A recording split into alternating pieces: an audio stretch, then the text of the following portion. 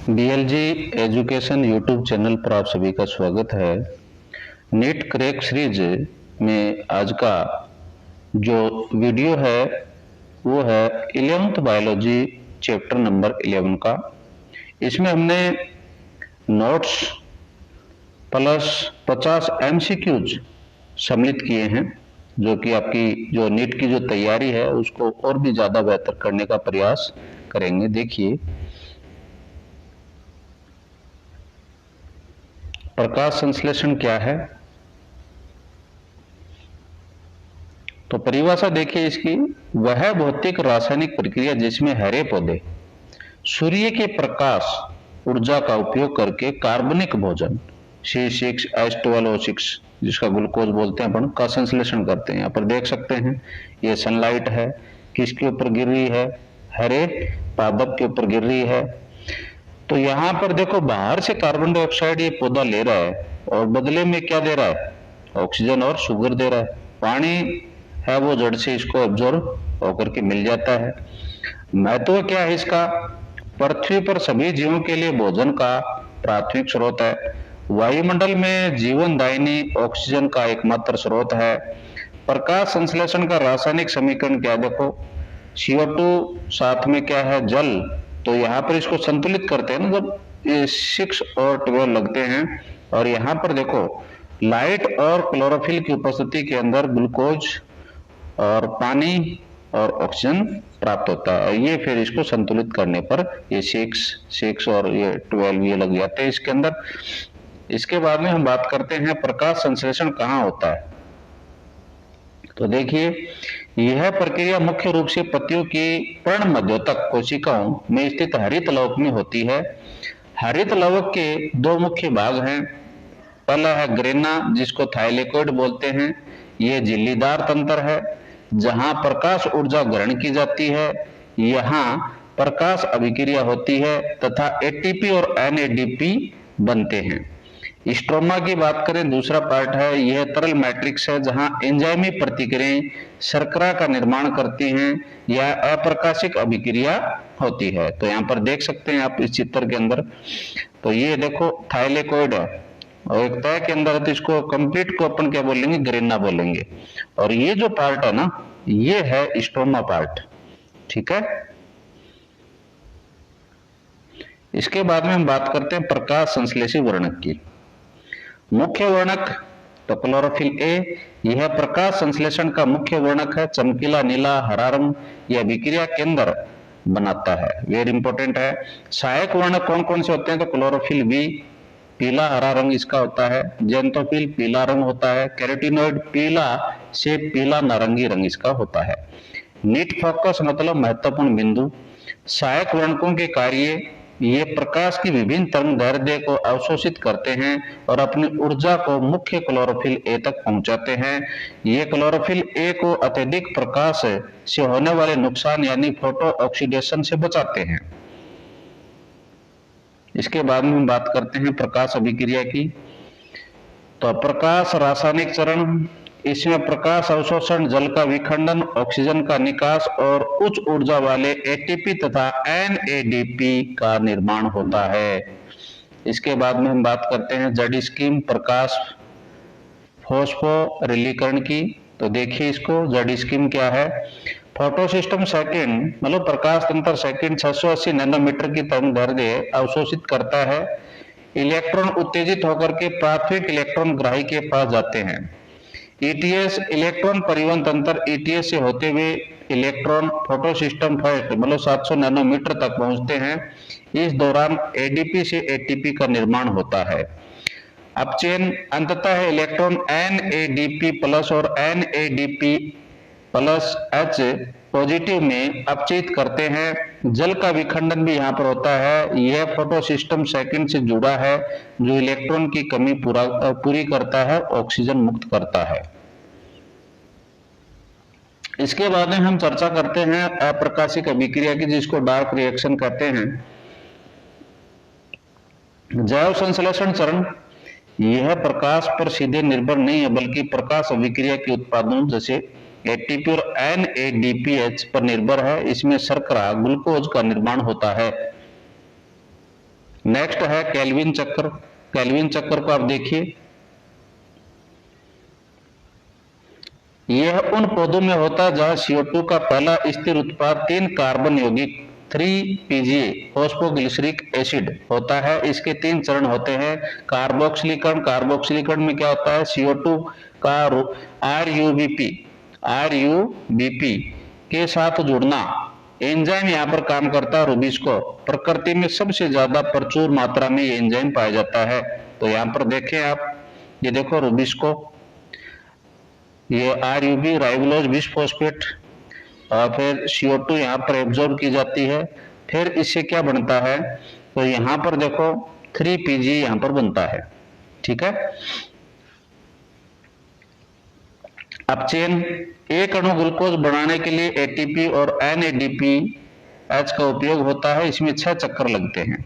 कितने लगते हैं, 6 चक्कर लगते हैं। पुनरुद्भवन रीजनरेशन क्या है, चक्र को जारी रखने के लिए राइबोलोज बिस्फोस्फेट का पुनर्निर्माण होता है। इसमें 1 ATP की आवश्यकता होती है। तो ये देखो, ये 6 चक्कर लगते हैं, 1 ATP की आवश्यकता होती है। प्रकृति में सबसे ज्यादा प्रचुर मात्रा में क्या होता है। तो ये क्वेश्चन बन सकते हैं, अच्छे क्वेश्चन है, क्योंकि अपने को लाइन टू लाइन NCERT की पढ़नी है, फैक्ट को देखना है।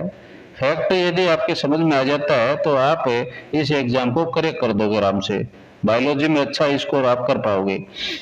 गर्म और शुष्क क्षेत्रों के पौधों जैसे मक्का, ज्वार, गन्ना में होता है कौन सा, C4 पथ।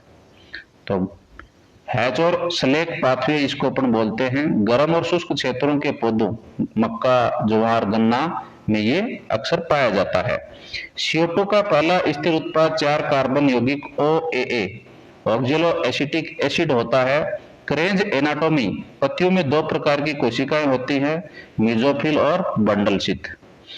लाभ मतलब नीट पॉइंट, ये प्रकाश अवशोषण जैसी नुकसानदायक प्रक्रिया को रोकते हैं और CO2 की कमी में भी बेहतर उत्पादन करते हैं। तो ये बहुत ही अच्छा क्वेश्चन यहाँ पर बन सकता है कि प्रकाश अवशोषण जैसी नुकसानदायक प्रक्रिया को रोकते हैं। कौन रोकते हैं, तो ये C4 पथ है ना, ये रोकता है द C4 पाथवे। तो ये रोकता है। C3 के अंदर ऐसा नहीं होता, प्रकाश अवशोषण है, ये जो नुकसान है होता है उसके अंदर। इसके बाद में हम बात करते हैं प्रभावित करने वाले कारक। ब्लैकमैन का सीमाकारी कारकों का नियम, जब कोई प्रक्रिया कई कारकों द्वारा नियंत्रित होती है तो दर सबसे धीमे कारक द्वारा निर्धारित होती है। प्रकाश, कम प्रकाश में दर बढ़ती है लेकिन उच्च तीव्रता पर अन्य कारक सीमित हो जाते हैं। बहुत अधिक प्रकाश में क्लोरोफिल टूट सकता है। CO2 सांद्रता, यह सबसे प्रमुख सीमाकारी कारक है। C3 पौधे उच्च CO2 सांद्रता पर बेहतर प्रतिक्रिया देते हैं, जैसे टमाटर, शिमला मिर्च की ग्रीन हाउस खेती। जल की बात करें तो जल की कमी से रंग मतलब स्टोमेटा बंद हो जाते हैं, जिससे CO2 कम मिलती है और पत्तियां मुरझा जाती हैं। तापमान की बात करें, C4 पौधों का इष्टतम तापमान उच्च होता है 30 से 40 डिग्री सेंटीग्रेड, जबकि C3 पौधों का कम होता है 20 से 25 डिग्री सेंटीग्रेड होता है। अप्रकाशीय अभिक्रिया तापमान के प्रति अधिक संवेदनशील हैं। बहुत ही अच्छा क्वेश्चन यहाँ पर बनने वाला है। इस चैप्टर के 50 MCQs आप देखिए और कोशिश कीजिए कि ज्यादा से ज्यादा आपके जो क्वेश्चन है वो सही हो। कमेंट बॉक्स में जरूर बताएं आपके कितने क्वेश्चन सही होते हैं।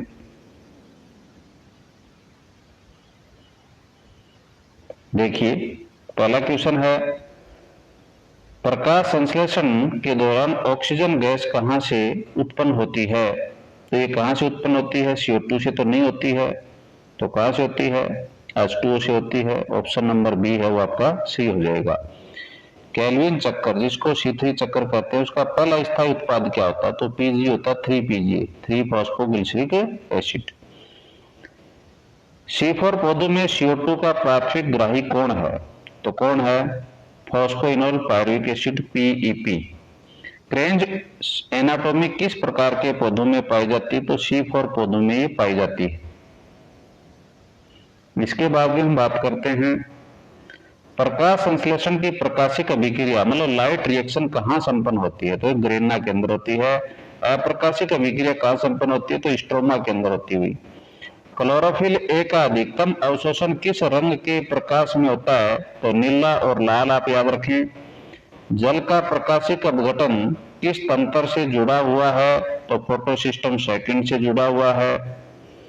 अगला क्वेश्चन है, चक्रीय फोटोफॉस्फोराइलेशन में केवल कौन सा तंत्र शामिल होता है? तो फोटोसिस्टम फर्स्ट शामिल होता है।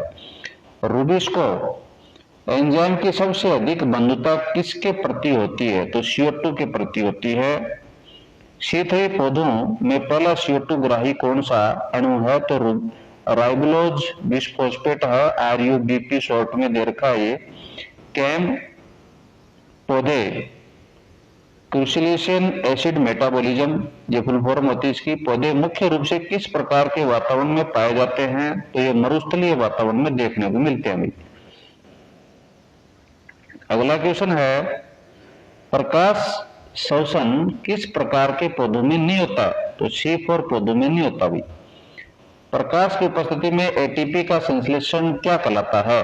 तो फोटोफॉस्फोराइलेशन कहलाता है। प्रकाश संश्लेषण के लिए C4 पौधों में अनुकूलतम तापमान कितना होता है? तो 30 से 40 डिग्री सेंटीग्रेड होता है। अगला क्वेश्चन, कौन सा तत्व जल के विपाटन के लिए आवश्यक है? तो इसमें क्या जाएगा? मैग्नीज और क्लोरीन। नेक्स्ट क्वेश्चन देखिए, जड़ सकीन का संबंध किस प्रक्रिया से है? तो अचक्रीय इलेक्ट्रॉन परिवहन से है भाई। प्रकाश संश्लेषण मुख्य रूप से किस प्रकार की प्रक्रिया है? तो ये उपचयी एनाबॉलिक प्रक्रिया है। प्रकाश संश्लेषण में ATP और NADPH2 कहाँ बनते हैं? तो प्रकाशिक अभिक्रियाएं बनते हैं। क्लोरोप्लास्ट में प्रोटॉन मतलब H+ प्रवणता कहाँ विकसित होती है? तो थाइलेकोइड लुमेन में होती है। नेक्स्ट क्वेश्चन देखिए, C4 पौधों की बंडलस्थित कोशिका में कौन सा एंजाइम अनुपस्थित होता है? तो ये हो जाएगा पेपकेज। और C4 मार्ग को अन्य किस नाम से भी जाना जाता है? तो हैचस्लेक मार्ग के नाम से जाना जाता है। प्रकाश संश्लेषण में वायुमंडल की किस गैस का स्थिरीकरण होता है? तो CO2 का होता है। ब्लैकमैन का सीमाकारी कारकों का नियम कब दिया गया? तो ये 1905 के अंदर। प्रकाश शोषण का पहला मुख्य उत्पाद क्या है भाई? तो फॉस्फोग्लाइकोलेट या जाएगा फॉस्फोग्लाइकोलेट, याद रख लेना, इंपॉर्टेंट है। C4 पौधों में CO2 का स्थिरीकरण कितनी बार होता है? तो 2 बार होता है। ये भी अच्छा क्वेश्चन बन सकता है। फोटो रेस्पिरेशन में कौन से कोशिकांग भाग लेते हैं? तो उपरोक्त सभी लेते हैं। क्लोरोप्लास्ट भी लेता है, प्रोक्सीसोम भी लेता है और माइटोकॉन्ड्रिया भी लेता है। प्रकाश संश्लेषण की दर सबसे कम किस रंग के प्रकाश में होती है? तो हरे में होती है। अच्छा क्वेश्चन बन सकता है। इसके बाद में हम बात करते हैं, केल्विन चक्र में एक CO2 अणु को स्थिर करने के लिए कितने ATP और NADPH चाहिए? तो 3 ATP और 2 NADPH। अगला क्वेश्चन है, ग्लूकोज अणु बनाने के लिए केल्विन चक्र को कितनी बार घूमना पड़ता है? तो 6 बार घूमना पड़ता है। प्रकाश संश्लेषण में ऑक्सीजन का निष्कासन जल का एक ऑक्सीकरण है। जल का क्या है कि ऑक्सीकरण है। पर्णहरिम के पोरफायरिन रिंग के केंद्र में कौन सा धातु आयन होता है? तो मैग्नीशियम होता है। नेक्स्ट क्वेश्चन है, प्रकाश तंत्र फर्स्ट का अभिक्रिया केंद्र क्या है? तो P700 है।